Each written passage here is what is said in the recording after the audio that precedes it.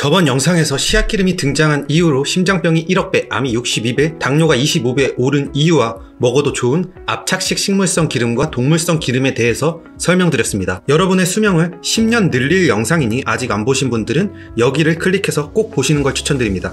결론은 콩기름, 옥수수유, 카놀라유, 포도씨유, 해바라기씨유 등 씨앗기름은 최대한 먹지 말고 올리브유, 아보카도유, 코코넛 오일, 들기름과 같은 압착식 식물성 기름이나 100% 천연 버터와 같은 동물성 기름을 섭취하라는 것이었습니다. 하지만 이렇게 먹어도 좋은 기름 리스트 중에서도 가열 요리 시 주의해야 될 기름이 있는데요. 바로 들어갑니다. 식용유가 유난히 논란이 정말 많습니다. 우리가 가장 많이 쓰는 식재료 중 하나로 그 산업이 엄청나게 큰데요. 21년 기준 연 136조 원이라고 합니다. 136조 원이면 LG전자 시총의 10배에 달합니다. 산업이 워낙 크다 보니 각종 연구기관과 대학의 자금을 지원하며 각 회사가 생산하는 식용유에 대한 긍정적인 결론을 내놓는데요. 그래서 이미 건강에 해로운 것으로 팩트체크가 된 화학식 제조 과정을 거친 해바라기 씨유에도 건강이 좋다는 논문이 아직까지 나오고 있는 것입니다. 그 결과로 어떤 식용유가 좋다, 안 좋다에 대한 팩트체크가 어렵고 식용유 회사로부터 자금 개입 없이 연구된 결과가 거의 없다고 봐도 무방합니다. 따라서 우리는 기름이 무엇이고 어떻게 구분되는지를 먼저 알아야 합니다. 우리가 먹는 기름은 지방으로 이루어져 있고요. 크게 지방에는 포화지방과 불포화지방이 있습니다. 우리가 돼지고기를 먹고 상온에 오래 두면 기름이 굳잖아요. 그렇게 상온에서 고체화가 되는 지방을 포화지방이라고 하고요. 대표적으로는 코코넛 오일이나 버터가 있습니다. 불포화 지방은 상온에서도 액체 상태를 유지하는 기름으로 대부분의 식용유는 불포화 지방입니다. 포화 지방은 실온에서 고체 상태로 매우 안정적인 상태이며 변질이 쉽게 되지 않습니다. 한마디로 안정적인 지방입니다.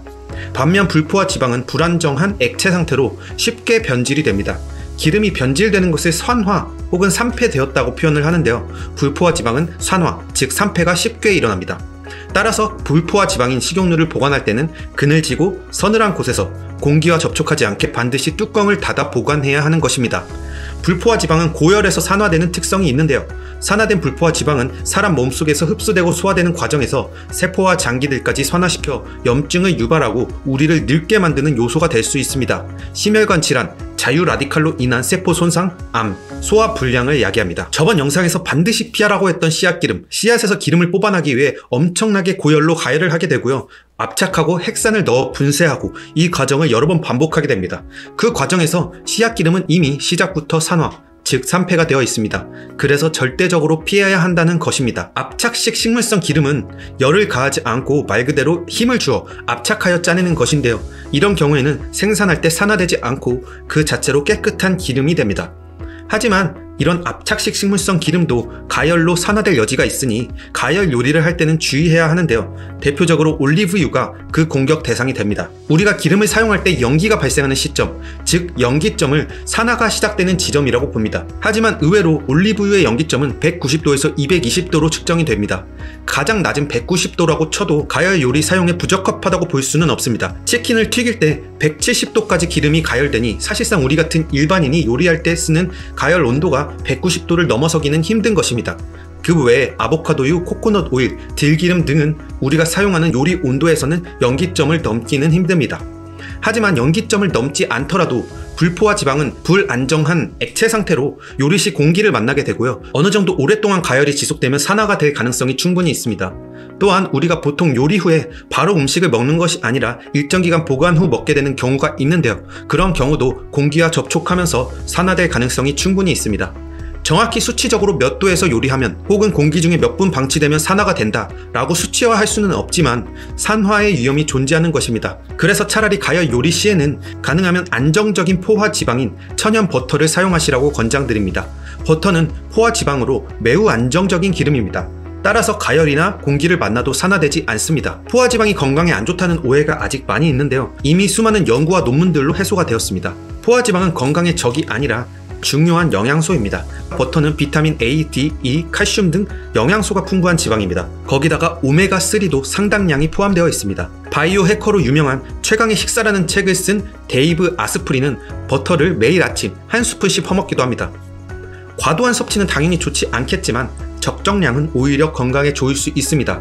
필수적인 영양소가 매우 많이 포함되어 있기 때문입니다. 하지만 버터를 선택함에 있어서도 신중하셔야 하는데요. 반드시 성분표를 보시고 가공 버터라고 표시된 버터는 피하셔야 합니다. 가공 버터는 100% 우유가 아니라 씨앗기름, 보존류 등이 들어간 몸을 해치는 기름입니다. 유지방이나 우유크림 100%라고 적힌 제품만 사용하셔야 합니다. 아무런 불순물이 들어가지 않고 순수 목초를 먹고 자란 소의 우유로 만든 앵커 버터와 같은 천연 버터를 가열 요리에 사용하시는 것을 추천드립니다. 결론입니다. 가열 요리 시에는 가능하면 건강한 천연 버터를 사용하세요. 식물성 기름을 사용할 때는 올리브유, 아보카도유, 들기름, 코코넛 오일과 같은 압착식 식물성 기름 무엇을 사용하여도 괜찮습니다. 전부 우리가 요리 시 사용하는 정도로는 영기점에 도달하기는 어렵습니다.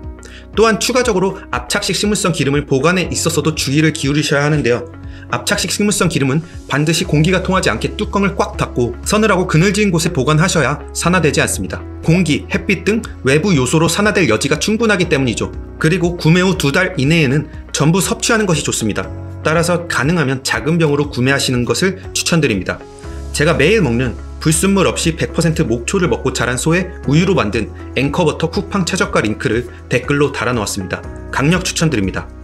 다음 주에도 노화와 건강을 잡는 근거 있는 정보를 가지고 돌아오겠습니다. 구독과 좋아요 부탁드리겠습니다. 감사합니다.